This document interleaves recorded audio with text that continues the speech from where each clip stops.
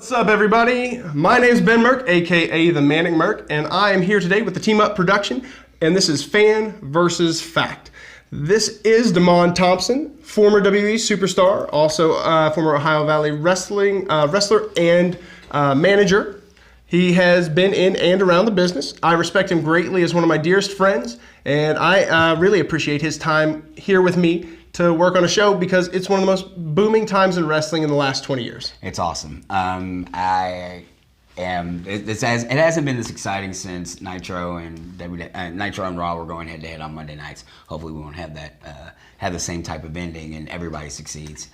This is probably the best time for the boys in the history of wrestling because they have more pull. Like there are guys getting long-term deals and getting money thrown at them that wouldn't necessarily have gotten it 5-10 years ago, and it's good for business. And I'm sure there are AEW and WWE versus WWE like conversation. Please stop that. It's like the DC Marvel things. DC's better, Marvel's better. I'm like, I don't care. It's all comic books. That's all wrestling. I'm going to say this up front. I want all wrestling to be good. It's not always going to be, and I will call it as I see it. It's just one man's opinion. But I want all of it to be good. I will say it over and over and over again, even if it stinks to high heaven. It's like I want it to be good. If I rail on some of these because I am so upset because it could have been good. So that's how I feel about things. So, all right. So thanks for having me. Yeah. So that's the passion and the principle that I think all wrestling fans share. And again, you having been in the business and us having been friends, hanging out over the last several years, my opinion has moved. I still like a lot of what I enjoyed from the independent scene, but I understand more the reasoning why when I feel like wrestling's really good, what's connecting. You've helped me understand the psychology of what connects. Now, since this is the first time we made a video together, this is just an entry point. Say just a little bit about kind of where you learned, where you grew up in this sporting entertainment environment, and how you learned more about the psychology and the storytelling. I got really lucky. Jeffersonville was home to OVW, and I had just moved back. And I said, F it, I'm gonna go be a professional wrestler. And so I walked on down there and paid my money. Nick Dinsmore was my first and probably my longest trainer. He is Eugene. He is way better than the average person ever got to see. Their matches with Chris Benoit that he had were just phenomenal. Just tore the house down. But you know, wrestling is what it is. After the beginning class from Nick, I got moved into. There's some stories that I guess I could share another time. That's because it's pretty interesting. I got moved into the intermediate class, which was the contract class, where Rip Rogers was training at OVW at the time. And the way Rip trains, the way he described it is he trains you like you're playing football. You would do the same drills over and over and over and over and over and over again. And we would do the same drills over and over and over again. And I learned through these drills and through questions and messing up and getting the bell rung on a bad tie. Rip would ring the bell on us with a bad tie. I'd be like, ding, get out. And learning through all the ups and downs, mistakes or whatever. I finally got a shot at OVW television with Rene Dupree, who was 18 at the time. Oh my gosh! Right. That's I want to say he was 18. That's amazing. And he was doing the French gimmick. Basically, I got replaced by a dog by WWE. And so I was with him, and that's where Jim Cornette came in. And getting to sit and listen to him and listen to him critique matches, and I didn't quite I still didn't wrap my head around it. I forgot that, Al Snow trained us, Lance Storm trained us. Oh wow! You're talking about a barrage of historical greatness, and a lot of different styles, and they all had different flavors on the way they did things, but it was the basic same message, which was really cool. So I guess that answers your question. The long and the short, and only because I already know the answer to this, and just to give people an idea of the time frame of the talent you were coming up with. What was the class circa OVW era? Because I think everyone, as you know or don't know, Ohio Valley Wrestling was the home of some of the all-time greats that have been kind of the top of the pecking order for the last 10, 15 years. So who was it that was training and working their way up and being polished when you were there? Randy Orton was there briefly. We didn't cross paths really that much. But Randy Orton was there. John Cena came through. Brock Lesnar, Dave Bautista, Shelton Benjamin. Golly, I'm trying to think. Jazz was there. She didn't get trained there, obviously, but she was there. Gail Kim came through. Beth Phoenix came through. That's Eminem, John Morrison, Melina, Joey Mercury. Who else? Dolph Ziggler. Let me think. I mean, ODB came through there. Sojourner Bolt, Serena. CM Punk came through. He again, another guy who wasn't polished there. Cole Cabana was there for a brief, for a stint. That's a pretty extensive and exhaustive list of names that have been in, around, or doing things. So I just caveat that I think I've always respected and admired the fact that you were there getting into that contract class with all of this other greatness. So it's really a cool thing, but it puts you in there learning with some of the best who have gone on to be the best. So I think for me, it's always helped me understand where you were coming from as I've learned your story. So I just thought it was cool to give everybody else a little chance to know about one of my best friends in the world and a part of his story. I feel like in the future we'll be able to elaborate on a little more because if there's nothing that's interesting, it is stories with Demond about life or wrestling. Fair enough. But that being said, I lay out here in Fan versus Fact. Again, our opinions may sometimes overlap and be similar. Or we may sometimes take oppositional opinions, and sometimes he just may be able to add commentary over what I'm thinking and why he agrees or disagrees. In addition to, not over. In addition to. That's a fine and kindly point. It's just weird. So in this, there's a lot of wrestling going on right now. I mean, AEW Dynamite has just hit the air. This will be the 4th week of episodes. As of this taping. As of this taping. NWA Power dropped their third episode. Third episode. Tuesday, so we'll be able to catch up on that. There's a lot of WWE content. There's a lot of hours of wrestling. As working adults, we can only hone into and then make content about so much. And the things I'm currently most excited about are AEW and NWA Power.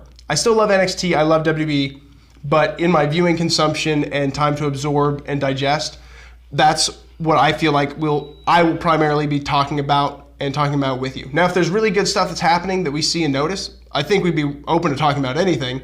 Sure. But for right now, we're going to go into and kind of do a recap and our takes on AEW Dynamite Episode 1. Okay. So that episode starts off with what I thought were a couple of really solid video packages to introduce Cody, who is a fairly well-known commodity, especially amongst wrestling fans. I wouldn't say he is transcended fully outside of that, but I mean he has had his moments being in the Arrowverse. His name's out there. That's true. I didn't even think about. I always forget about that. So that was dope, by the way.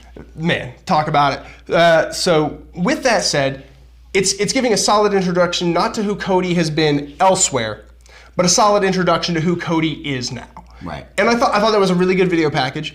And then obviously a lesser known, newer talent, Sammy Guevara, getting a solid video package. And I really liked what they built that match around in the overarching story, which is he has all the talent in the world. And Sammy Guevara taking kind of offense at that. That idea of, I don't know about you, but if anyone's ever been like, oh, you've got so much talent, but you're like, aren't I already achieving? Aren't I already doing good? Aren't I already there? And I liked that dynamic that they built into it as the simplicity of why two guys can have a chip on their shoulder in a match. It was very simple.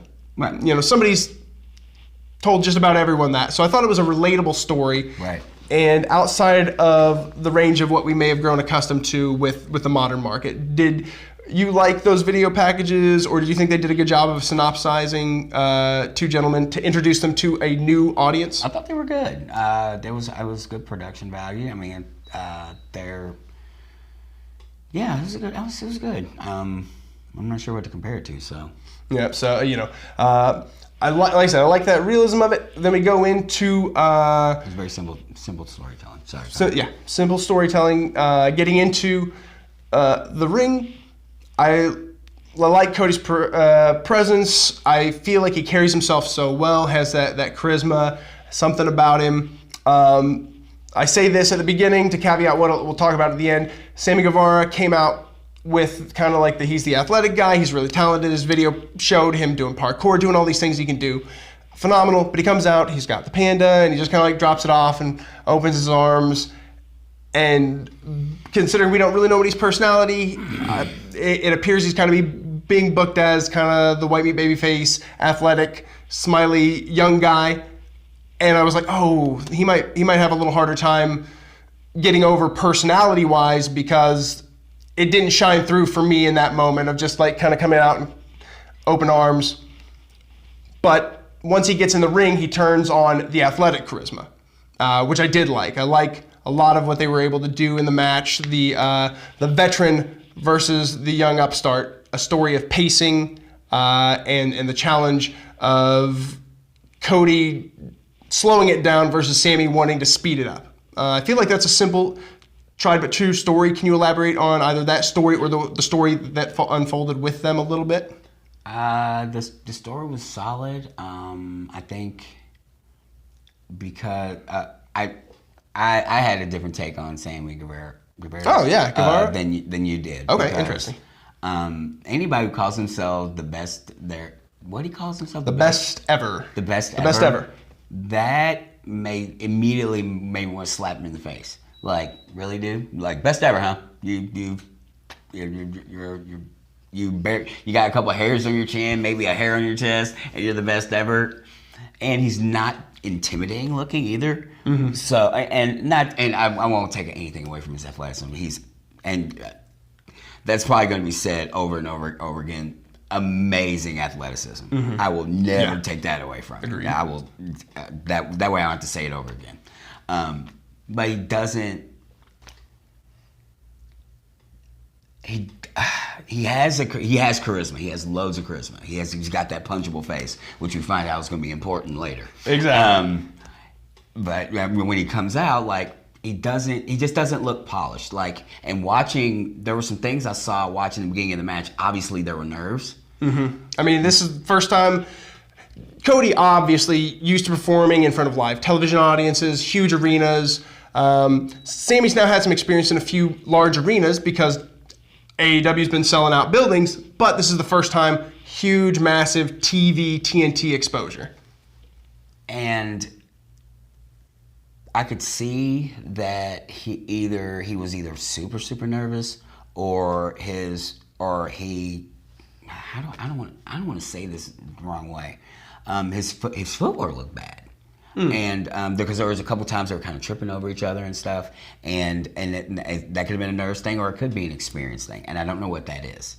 And there were a couple of things where they were going for a higher difficulty than they needed to, because he could probably do anything.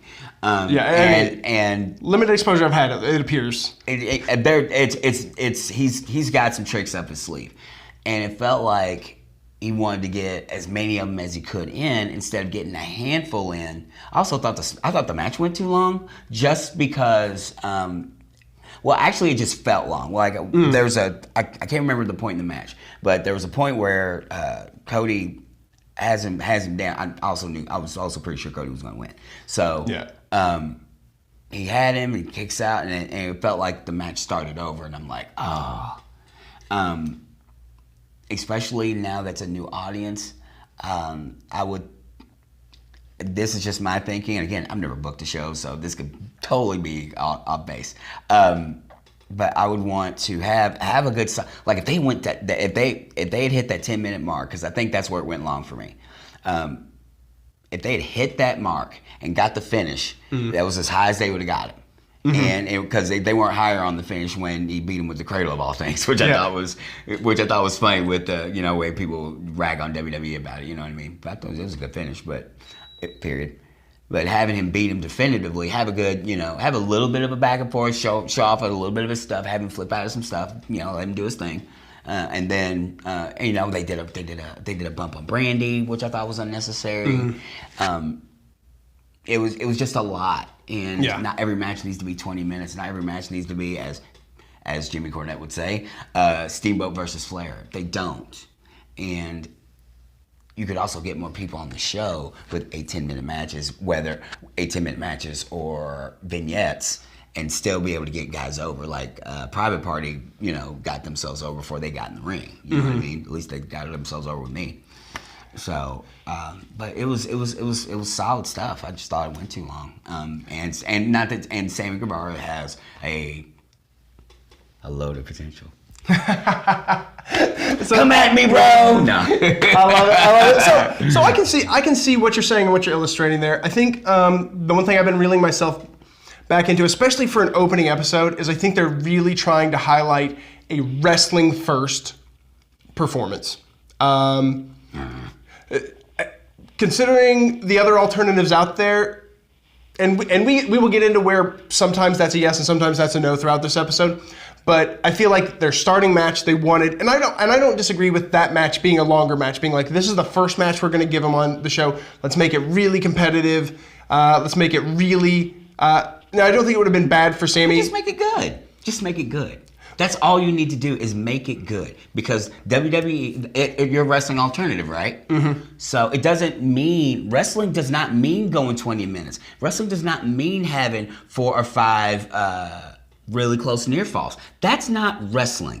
Wrestling is getting the story told and getting the guy over you want to get over. Like with this match, like it was designed to get Cody over, but it was also to make elevate. Thank you. Elevate Guevara, right? Yeah. Which they did. Yeah. Which they did. They didn't need, if you need 10 minutes, just go 10. And with TV, it's different, and I get all that. But a good match, it doesn't matter how long it goes, as long as it's good and it doesn't overstay its welcome. You know what I'm saying? I can see that. That's where I am coming from. Is I want emotion back in wrestling. Like, I've actually cried at watching a wrestling show before. Like, I want emotion. Now I'm going to ask, what wrestling show? It was. I'll tell you, and it pisses me off. I hope you know what. If he finds out, I don't even care. Whatever. It was Clash of Champions. I forgot what year it was. It was in Chicago when Cult of Personality hit, when CM Punk came out. I'm getting goosebumps now. I bawled like a I mean it. Like, it hit me with a wave of emotion that I don't know everybody dreams of that. Oh, you know what I mean? You dream of that. And I don't have a relationship with CM Punk at all. We've met, we've crossed paths. That's it. That being said, having just been around him and having that same dream that I'm sure he had, to have your hometown come, and Chicago is a tough place to wrestle anyway, and to go out there and the whole place come unglued, that is wrestling. It is not falling through a bunch of chairs. It is not 5-star matches. That is wrestling. That is what it is. And we are missing that. There are guys out there, and it's there. It's the potential is there. I want to feel again. We were talking about this already. It's like I just don't. There are times when I'm watching. I'm like, I don't care about any of these people. Why should I care? I want to care. You know what? I don't care. Like, I don't care who sees it. That's the God's honest truth. And I think anybody who is my age or older, and I am older, I'm not gonna lie, I'm not the target market of AEW. I'm not. But I will watch, and I will always give credit its due. Well, and I would argue that in a lot of ways we are. We're the guys that sometimes watch a WWE pay-per-view together. We're the guys that kind of check in and go, is what's happening right now interesting? No, okay, and we fall in and out of the product. We're kind of that lapsed fan that back when there were 8 million people watching because there was good content on both shows, we were the people adequately tuning in religiously. And arguably we were younger, so time, adulthood restrictions were lower, but that's why it has to be even more entertaining or better now. So where I'd caveat that is I think I have grown to like a similar wrestling to you, but I do agree with the modern sentiment that wrestling is no one thing. Now, I like that kind of wrestling best. I honestly think most people, when they get feelings from wrestling, like that best. But I also think different people like the chair spots, or different people like the table spots, or different. So wrestling is a lot of things. That's almost like Scorsese recently saying that Marvel movies aren't cinema, right? It's all cinema. It's all wrestling. It's just that there are some that elicit better or stronger emotions, and that is one of the core roots and one of the core tenets. And I think when people do that, that's what keeps people invested and engaged. And that's what draws money. Wrestling at the end of the day is a business. I'll prove it to you. I'll prove it to you without a shadow of doubt that wrestling moves matter and all that stuff. But like 5-star classics don't matter. Watch. Who are the top, most people's top 5 wrestlers of all time? Mm-hmm. Like, as far as a draw, Hulk Hogan, Steve Austin, The Rock, and then Flair, and then the last one is kind of up in the air. I don't know as far as a draw. I'm not 100% sure who I would put in that last spot, but you get my point. Let's just go. If we go with those 4, Ric Flair is the only wrestling workhorse among them, and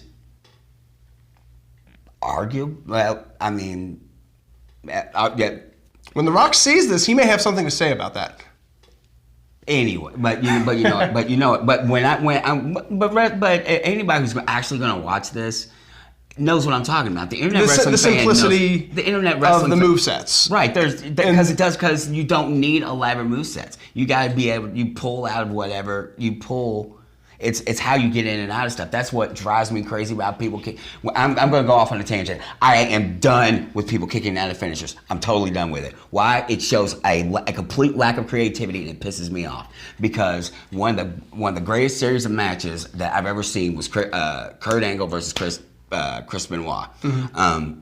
And the way nobody and granted they were doing submissions, but the way.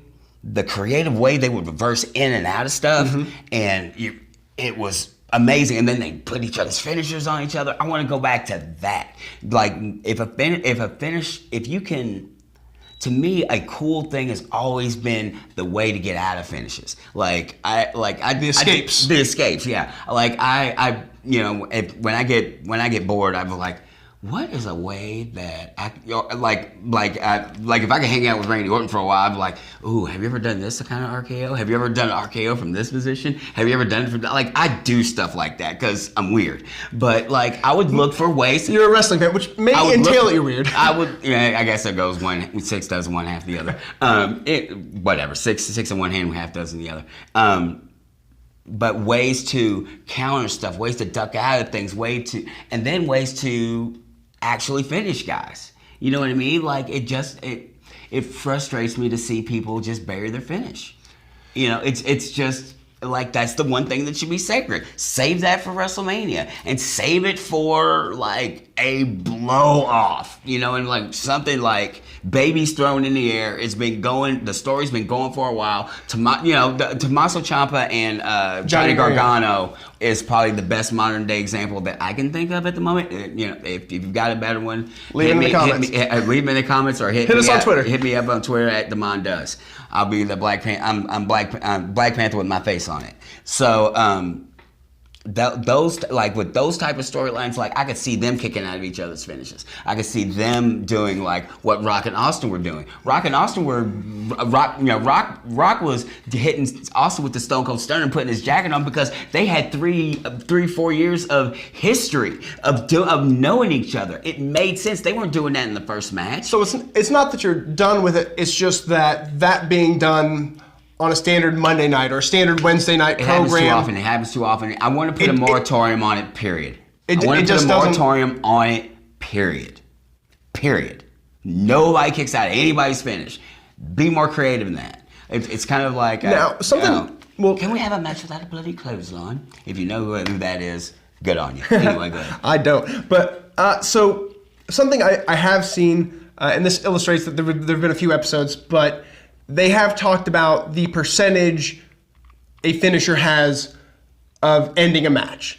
And I think if you're going... AEW has been talking about those sports statistics. They're a sports metric centered thing. And I can, because this is something I've talked with you about for a while, how do you keep surprise in the match if only the finish ever wins or if it wins all the time? So if they're going to do it, I like the idea of there being that when they hit this, it wins, or like, we'll get into that in a later point, but they illustrate...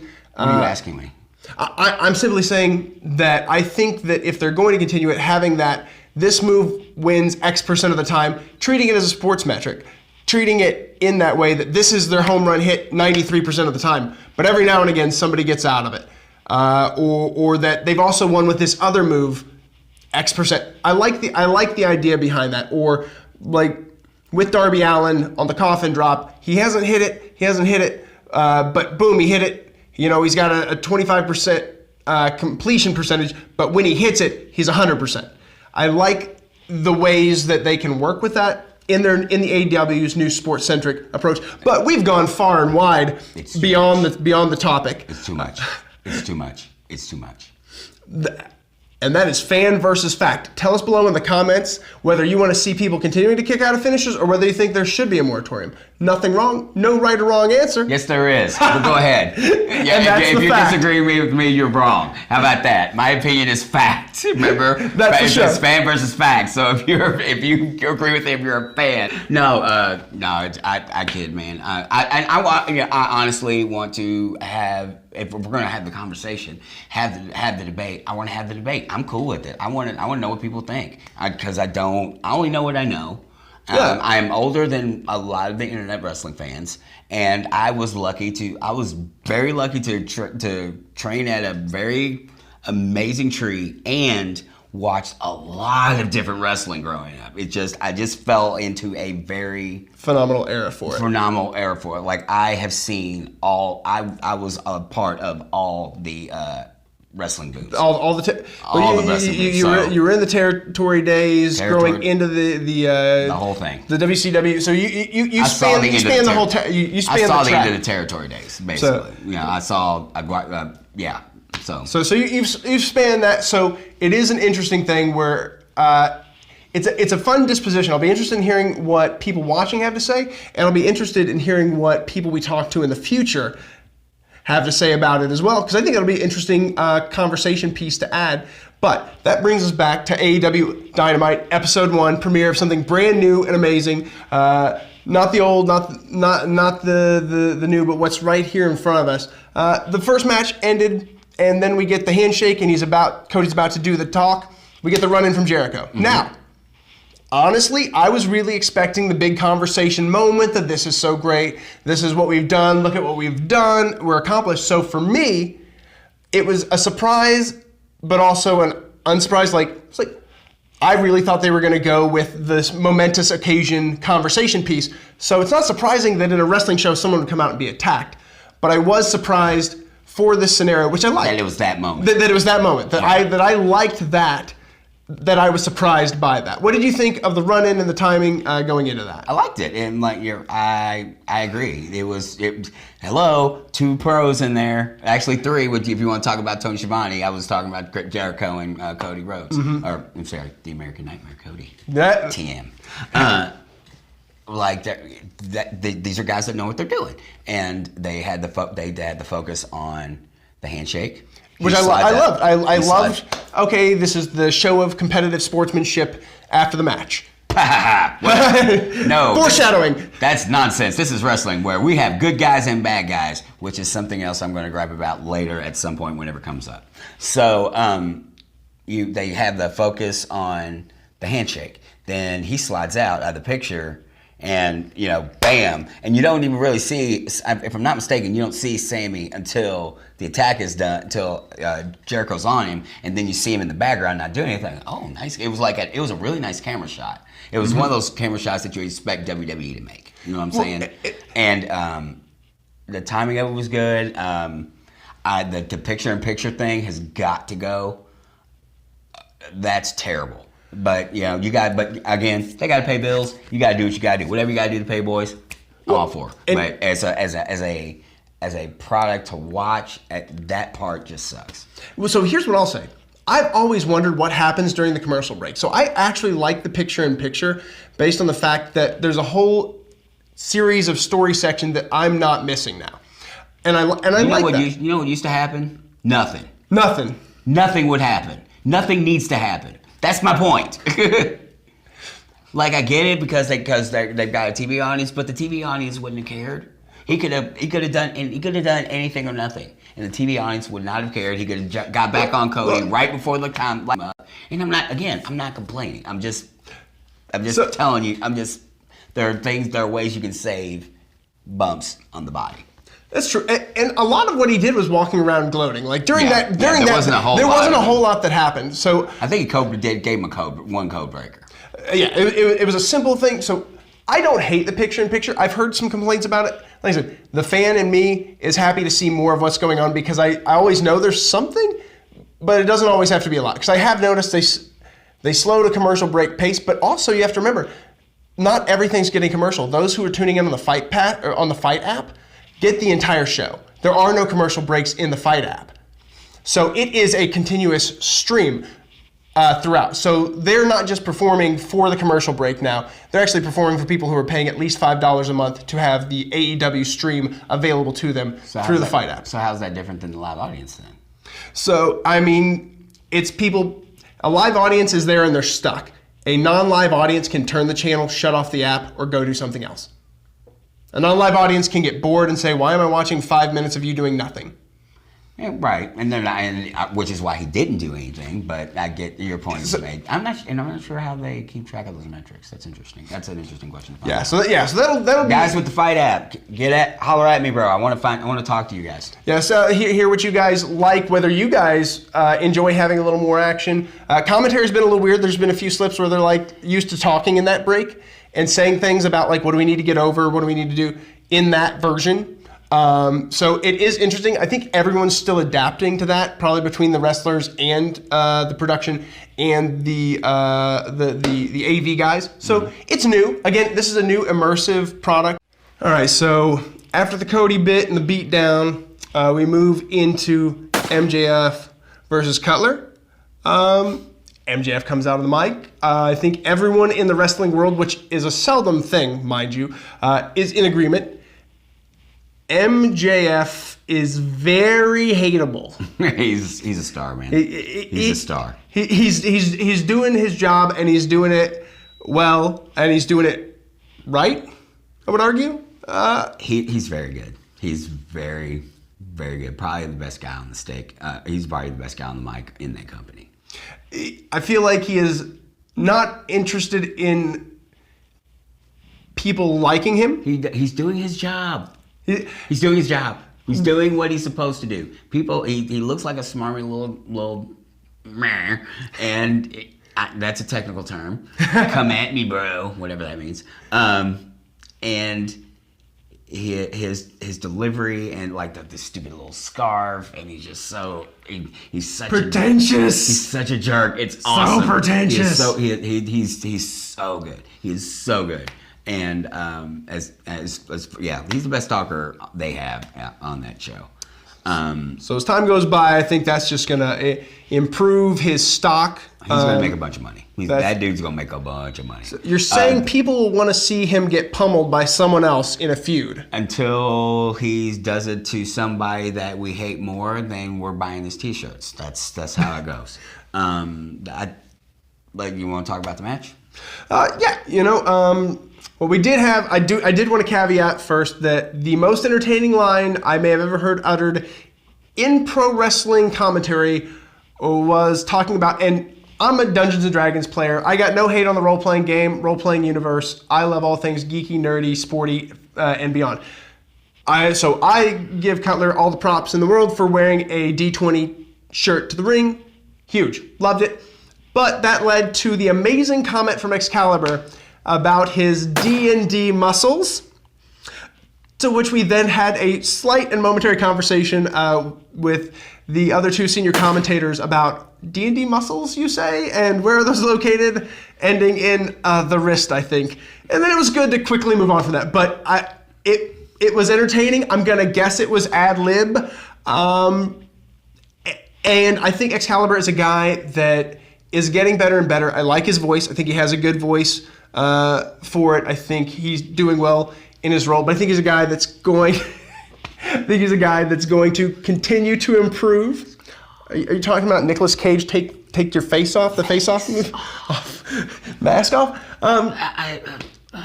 Here's the thing.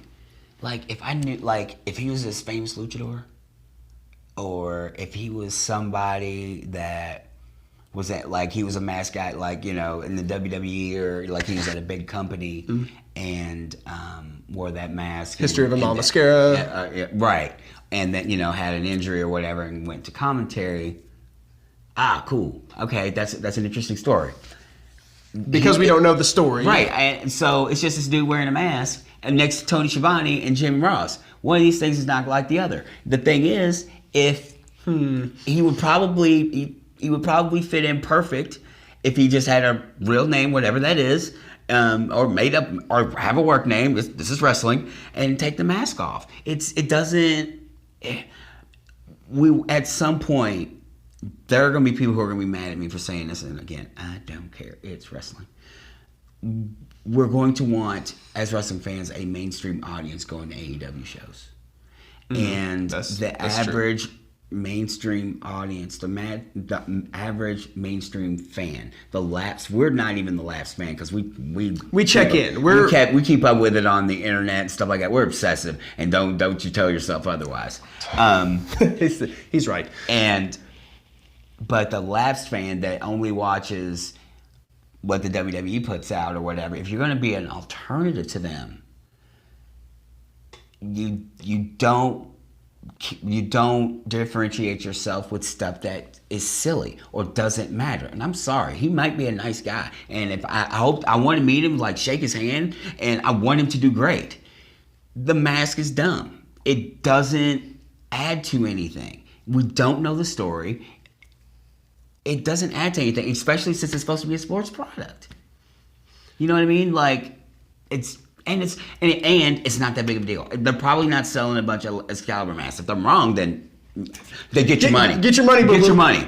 Get your money. But unless they're planning on making a big deal about it and unmasking him at some point soon, I just don't understand the point of it. That's just me. I don't get everything. There are things I don't get. And you might be right, because AEW is focused on a longer term. And that's the one thing I haven't heard. I didn't understand when I first watched one of the AEW pay-per-views why I was seeing this masked wrestler that I didn't know. No offense to the guy himself. I'm sure he's done well enough to have drawn their attention, so that speaks volumes in the way that it does. But I didn't know him, and there wasn't a lot of explanation, and I was like, I'm confused. Now, as I've seen more of the pay-per-views and now the shows, I'm less militant about it, but I think that's a really unique point you're making, and I don't think I've heard it from anyone else, is if there's plans for him to be on commentary, but also to maybe take up a wrestling role, or for there to be a storyline, because AEW's talked about having 6 months, a year of thought processes in the can, keeping him introduced as his wrestling persona and having somebody eventually come to take the fight to him, to talk smack, to do something, that would actually make it have all made sense if it goes that direction. So I hope somebody back there has that idea, and if you don't, I don't think he's going to mind if you use it.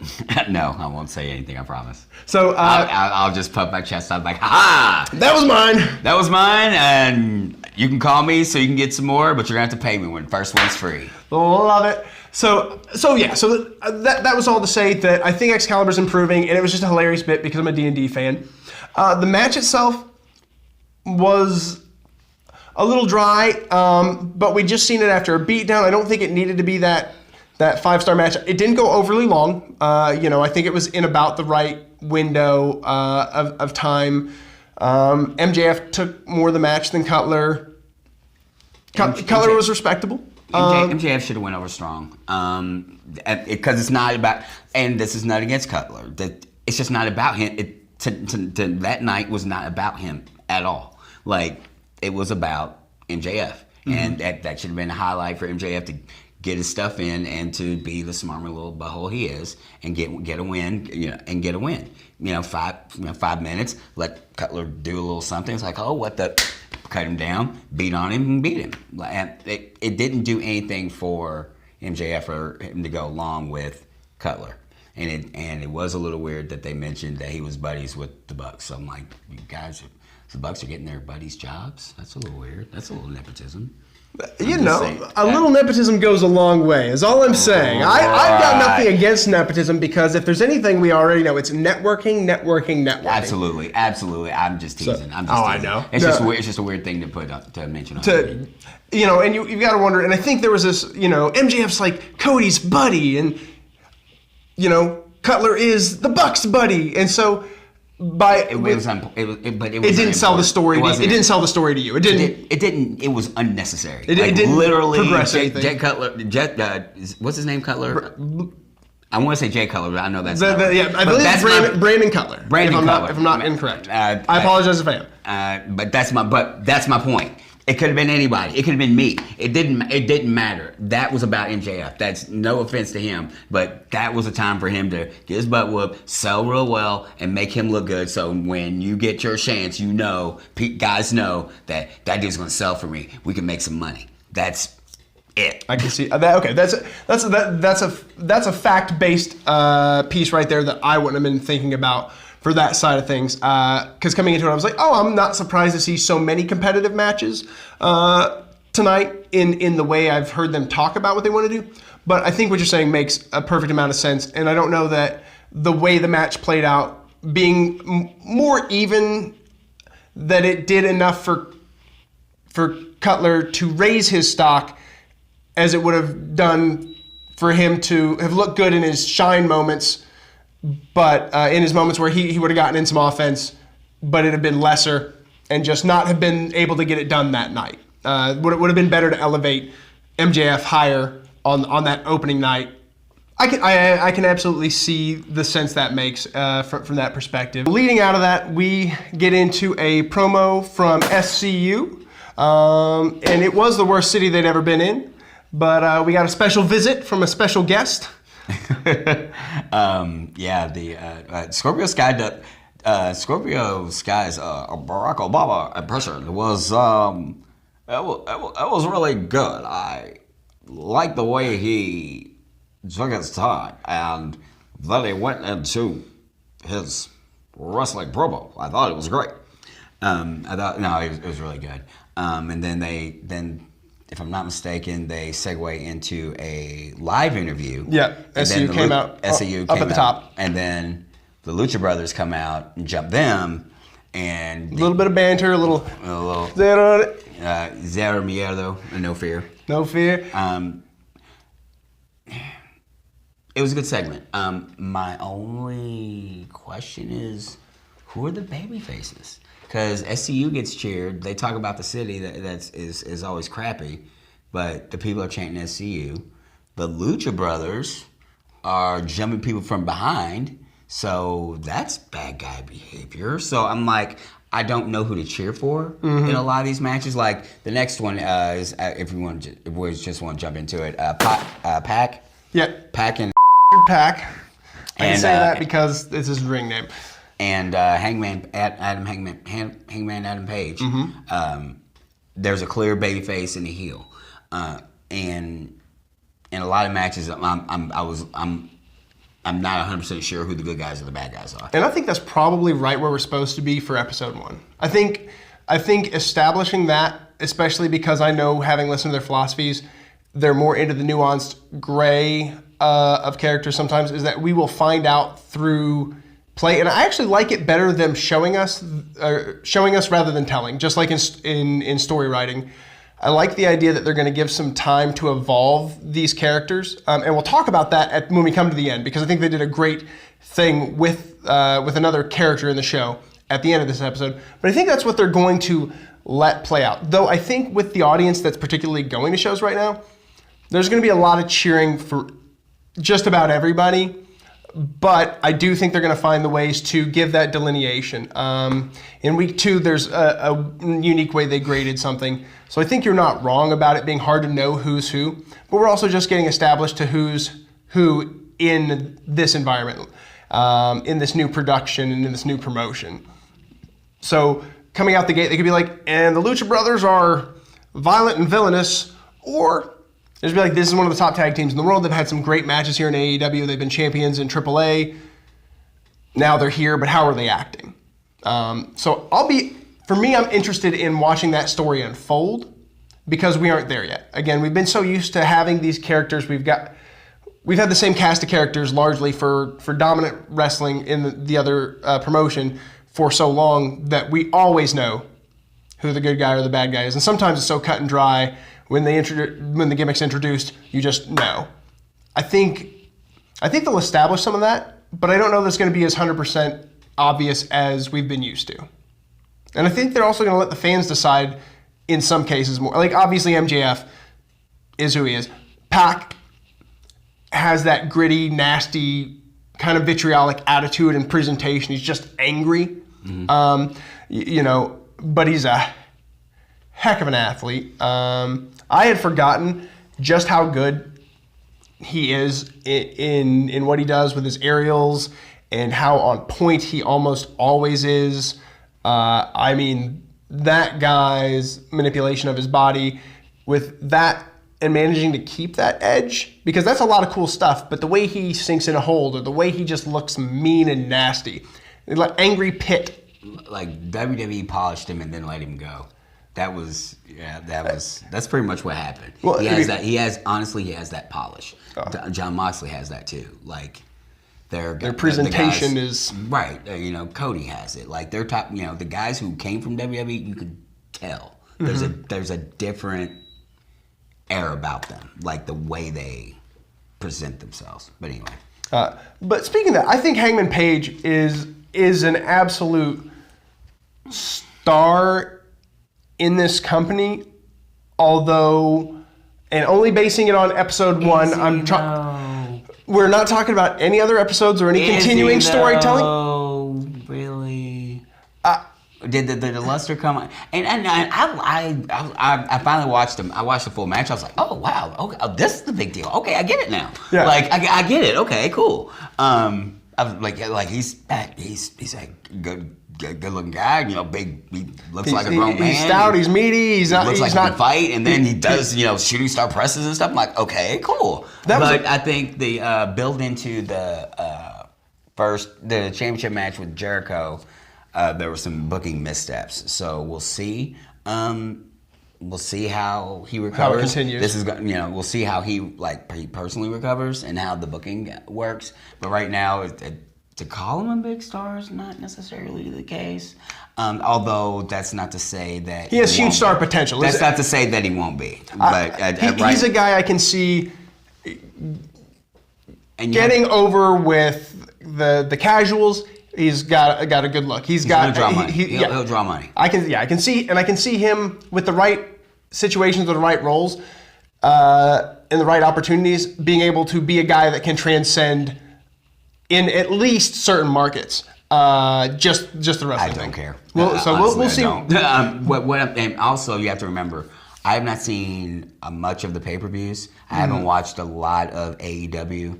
So you're coming into this. I'm like, most of this is all fresh. Clean, so I don't. That's good. Know. So all the stories. I'm like, why should I care about this guy? Why do I care about this guy? I don't understand. What's to do with the mask? Like there's I'm a lot asking of these questions. I'm asking these questions because I don't know, and I am a wrestling fan. You know what I mean? Yeah. Like, you have to explain it to people. Tangent. Sorry about that. And that's a really fair point. So and again, I want it to be good. And this match, by the end of it, I liked where it ended up. I've had a weird thing with the forearms, the back and forth forearms, where one guy just goes and does it and then does it. I'm okay with a couple of those, even though I don't like that particular trade exchange, just because why would you stand there and get punched in the face? It feels weird. There are times where it makes almost sense within the context of a match, but at the start, and then just going back and forth, I think it was to show how tough they were, but it went far more forearms than I was expecting. I kept going like, okay, oh, we're still doing this? And then they moved out of it, and they got into things that make them both great. You mentioned the shooting star press. He's a guy that I see in a vein of that rough, tough brawler whether it's because he's got the vest. It reminds me that Steve Austin can pummel him, has a good body to he's not thick, gonna be doing this stuff forever. But it is impressive, and I still haven't figured out whether I really like it or whether I'm really off-put by it. But he does it so well that standing shooting star, or like the half step into the shooting star, looks really good. He executes it well, and it's surprising. So he does bust out with some things. I just, and we've talked about this in the past, don't want to see him take an unnecessary injury, which isn't necessarily that shooting star in the ring. It's sometimes the additional dives out of the ring. Not every match needs a dive. Not every match needs a dive. Not every match needs a dive. Not every match needs a dive. One of the best examples I've heard of a dive was Bill Dundee and somebody. I think Jimmy told the story, and it was an absolute fight. As soon as the angle was hot, so they come out, they're scrapping. As soon as the bell rings, bam, bam, bam, bam, bam. The Bill Dundee is the baby face, and I forget who the heel is. The heel powders out, and he's running up the aisle. He's trying to run up the aisle. That's where somebody rolls out of the ring, takes a break. Yeah, he's like, I gotta get out of here, and immediately Dundee runs and charges and jumps through the ropes because and he's trying to get away. He's trying to get away. He's like, "Oh, the hell you don't!" And he jumps, dives on, and boom, and he starts pummeling him. That made sense.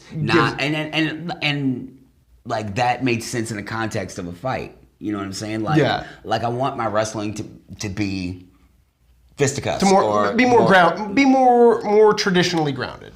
I like the flippy-do stuff, but it's too much of it, and I want these are all young guys, man. I didn't wrestle that long, and I have a couple aches and pains.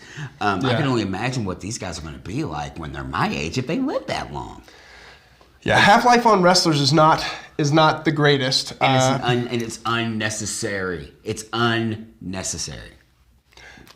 And like I said, we've talked enough. But who am I? I'm sitting here talking to you instead of getting paid. So take my word for a grain of salt. I just want everybody to be healthy. I think that's a really fair and valid point, especially coming from somebody who's been in the business, seen the injuries, and had to put up with some residual nagging ones yourself from your own experience. It makes a lot of sense. I like it sometimes, but there are times when it's weird. Like I said, the match was good. It did what it was needing to do, which is be a competitive match between both guys. Yeah. But speaking of I don't mind if the thing matters. And in episode 2, I'll talk about the other situation in which I don't mind additional flip. Doing the additional flips, we'll get to a point where I'll talk about Nick Jackson and how his immense fluidity, speed, and intensity of his movements make it sustain my suspension of disbelief. All right, we'll go to the main event. All right, so just a caveat, Nick Jackson has a moment in the main event where he gets the hot tag and he's going to town, has some amazing offense, float over the ropes, kick in the face, jump over. everything he does is with enough speed that I can maintain that suspension of disbelief. I know what I'm watching. It is a high-speed action-adventure stunt show filmed live before not a studio audience, but a stadium audience, right? But I like to maintain my suspension of disbelief. So when they do it fast enough, with enough quality and precision and aggression, I'm able to buy it. Nick Jackson is one of the few people that when he's doing all this stuff, I don't notice that like 13-second build up to where two guys are standing there like, oh, is it ready? Are you ready? We're all ready? Okay, now you can dive on me. That breaks me right out of it, and that makes that spot feel like, to me, like those are the spots where it goes like that for me. So when I say that, the timing was good with Hangman Page leading in and towards the finish of the Pac and Hangman Page match. He goes for his big moonsault off the top rope to the outside. That's a high danger, high impact move. I'm a physical therapist assistant. I haven't mentioned that because it's not primarily important to what we do here, but I will say that it's made me look at the damage and the way wrestlers take bumps differently. Based on my understanding of anatomy and physiology, it's so easy to blow your knee doing something like that. And if it had mattered in the context of the story, and you've helped me get to this point, I would have cared within the story what was going on in the ring. But he does it, he hits it, takes a couple seconds of yeah, and then he gets him up and he throws him into the ring, and one or two more things happen in pretty quick succession, and then it's Pac into the ref for the low blow to go into the go home and the finish.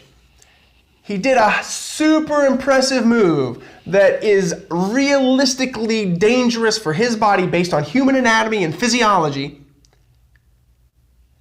And the effect of it was less than 5 seconds, maybe 10 seconds before he threw him in the ring. So my take, and I think this is one of those times where our opinions is going to greatly overlap and both land on what we think of as fact for ourselves, is that why do that move with the level of risk that you could have that you put yourself on the shelf if it's not going to have time to marinate, if it's not going to be that at least Pac's out of the ring and you go in and get an 8 count, or you're not going to ham it up with the crowd a little longer. But by that point, maybe they're running short on time, maybe he's gotten the memo, and it's a move that could have been cut because they know they're getting too close to time. There's production things we may not know, but I still thought it was impressive, but didn't understand what it added to the story of the match.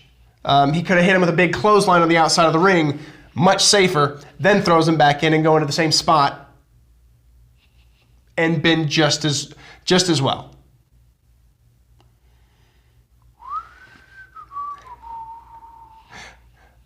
I'm going to chalk that up as one time that this fan and this fact checker both agree. And it's not that, and for me, I'm okay with more of those moves than maybe he is, but I like them to mean more in the scope of the story now because I understand just how much risk is involved with it. And because a guy like Hangman Page, I want to see week in and week out.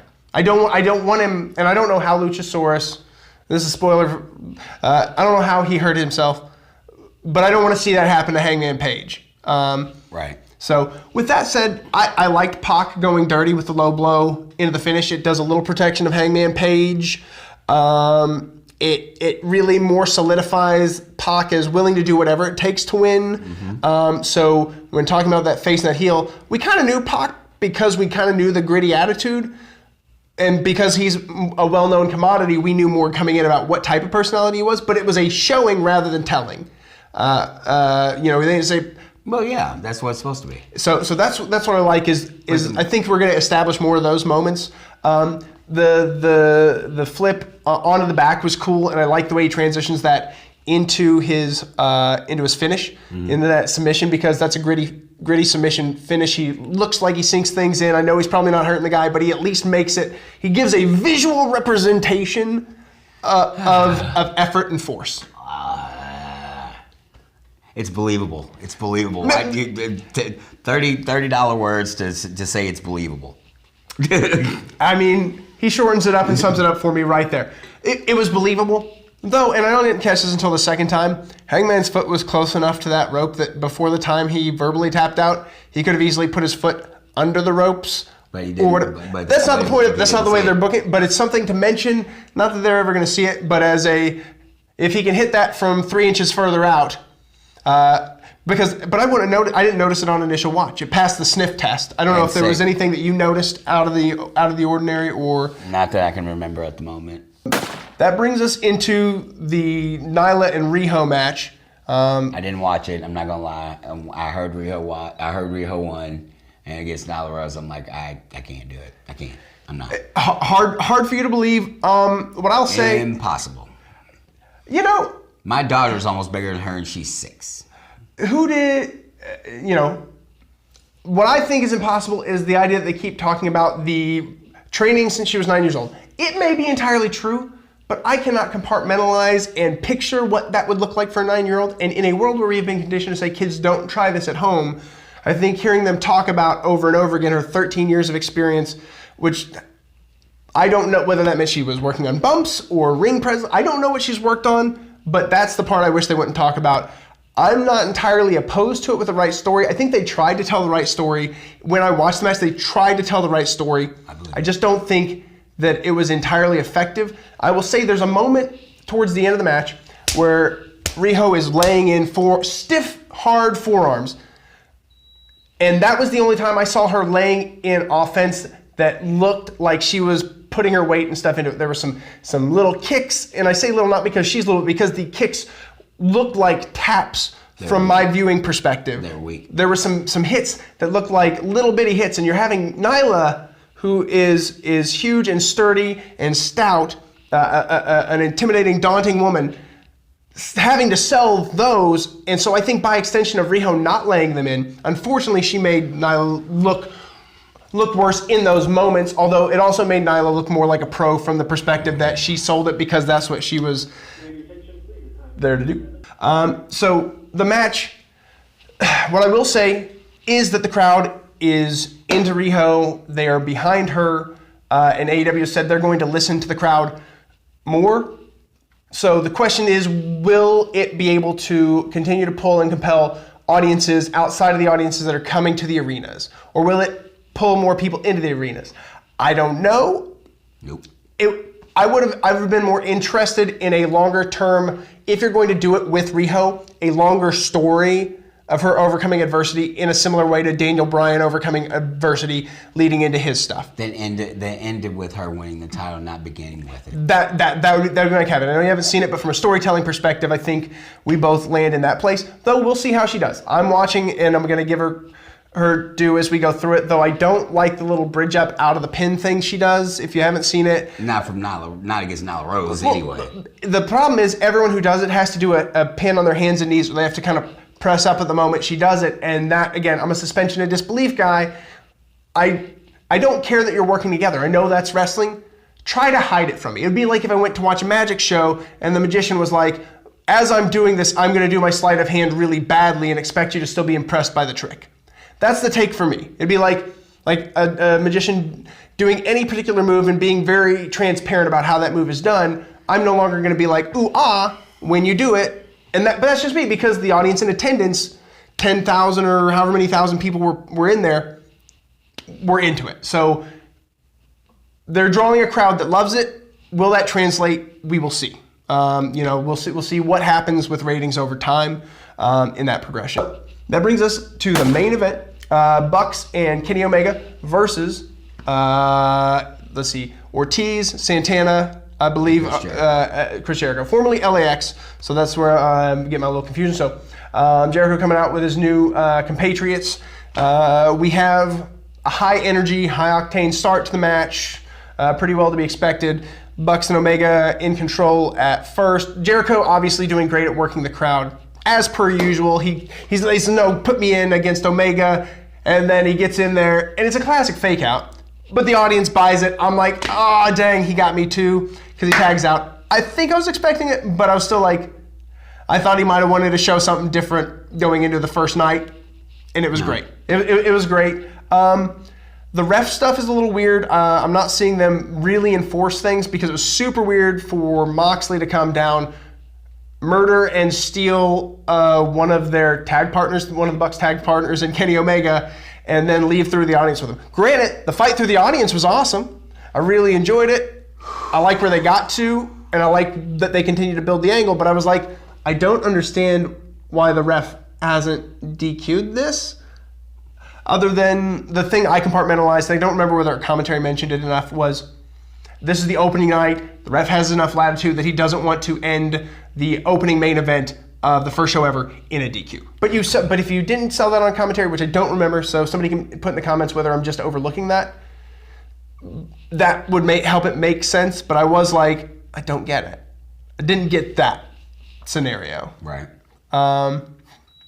But the action was good. It led into some nice 3-on-2 beatdown moments, changed the name of the match, changed the whole angle and the whole story of what was happening functionally. I think Ortiz, Santana, and Jericho, all being professionals, did a good job working over the Bucks until a hot tag. Yeah, wow. Which was where the aforementioned piece where I talked about Nick Jackson being on fire. I think he came in with the fire that the standard babyface needs, did a lot of stuff, looked cool doing it, and did it, again, for me, with enough explosiveness, pace, and precision that he just moved through it so quickly. There weren't those moments of me being like, he's waiting for somebody to be ready.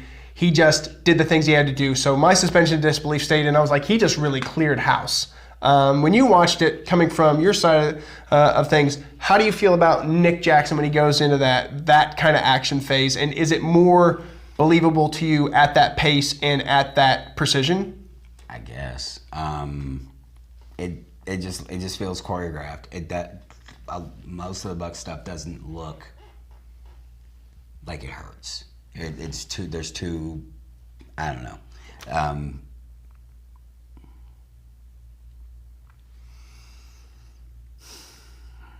People like what they do. I'm not sold. I'm just not they're athletic as hell. Like the way they set these things up, it's complicated as hell.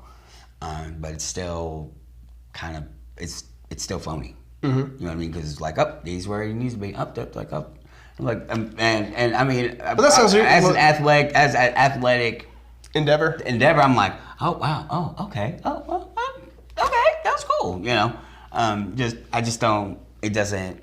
It's not the storytelling that speaks to you. It doesn't grab me as much. It doesn't grab me. I said, and that coming from my side, that those components will grab me at that speed and pace. So it's a difference of opinion. Now, although I have been becoming more and more of a Bucks fan as I've watched more matches, but you coming in fresh, just being some of the first exposure. What was your grand takeaway before we got to the finish on it? What do you mean? Your grand takeaway from what you saw as far as their selling. So you're not necessarily a fan of their offense in the disposition towards their selling or what they do when working with the other person.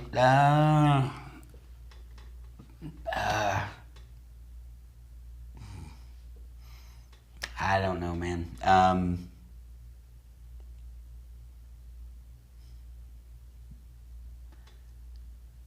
They do good things. They sell pretty well. Honestly, this match I don't remember real well.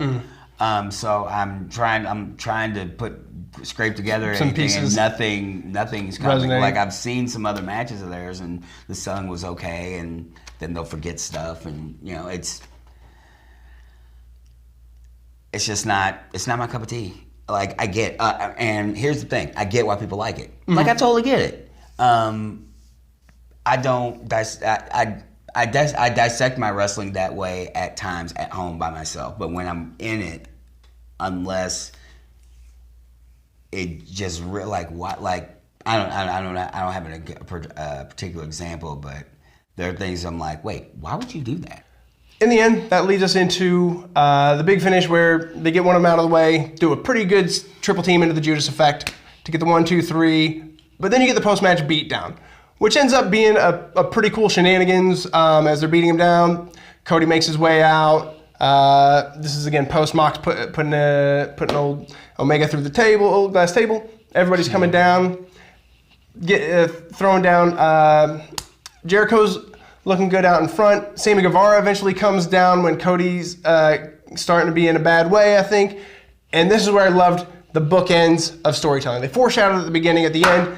Sammy Guevara kicks Cody in the crotch, shows his true colors, which is where we talk about, man, he has a punchable face, and now he's taking some punchable action. So he's shown us who he is and who he's going to be with He already did that at the beginning of the show, though, when Cody got jumped and he didn't help. He was right there. He stayed out of it, but I mean, if you're he did nothing to either help nor hurt. Because I was curious, like, why didn't he do anything? But he also didn't jump in on him either. So they finished the booking of his conversion to the dark side, as it were. Okay. But by him coming down, because he did the handshake, but when the world champion and you've just lost the match and it's two beef between these two guys, you may not get involved, especially when you're not as big as either one of them. Maybe it's not your place. So I saw that and loved that at the end they fulfilled the storytelling that they started at the beginning to sew up the show at the end. Then you have the appearance of Jake Hager coming in and really putting things down. I just liked that scrum because I haven't seen a scrum like that in wrestling that felt important in a while. Yeah. Like, it's been a prolonged period of time. And then I forget how much I like stables or factions because of what it allows you to do with multiple personalities following a similar storyline. Now, I don't want an NWO-sized faction ever again.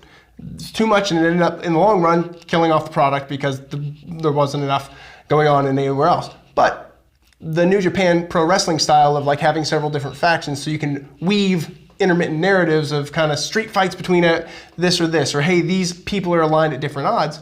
So I liked the finish. The show felt my takeaways for it was that it felt very much more pro wrestling than WWE style sports entertainment. I've said it as it felt more like an entertaining sport than sports entertainment. And got back that pro wrestling vibe, especially people when they did have opportunities to talk. You could tell they weren't scripted. You could tell they weren't phony. Whether they were great or not wasn't the point. They were themselves, and that was my takeaway. Overall opinion of the show as a whole, closing included. It was okay. I mean, it was okay. Compared to product we've watched with the other place. Where did it land for you as far as being better, worse? How did it feel different or same? The wrestling was a little better. The presentation wasn't as polished, but I'm okay with that. I like a little grittier. I like the underground feel that it gives me, and that's one of the things. The atmosphere of ECW was really cool. The way they, and it felt like a movement, and AEW has that same feeling. The wrestling as a whole it had its ups and downs. It didn't make me want to turn. I wasn't super curious, but at the same time, it wasn't like I'm never going to watch this again. So I'm like, I'd give it another shot. It's one of those things like, how was the show? What do I need to watch? Kind of thing. It's not must-see TV. That's what's currently for me. It is, but it's as hyped as I've been in a long time. For you, it's something you watch. I'm going to keep you in the loop. We're going to do more of these and try to do it in a smaller time footprint. High five. I think that's a wrap for our takeaways on the first episode. And I think we both agree, though, it's a fact. We look forward to seeing what they build to in the future and as they continue and what we see their long-term plans turn out to be and how they develop the perception of their wrestlers and who they are. Yeah, pretty much. All right, exposure. Cool.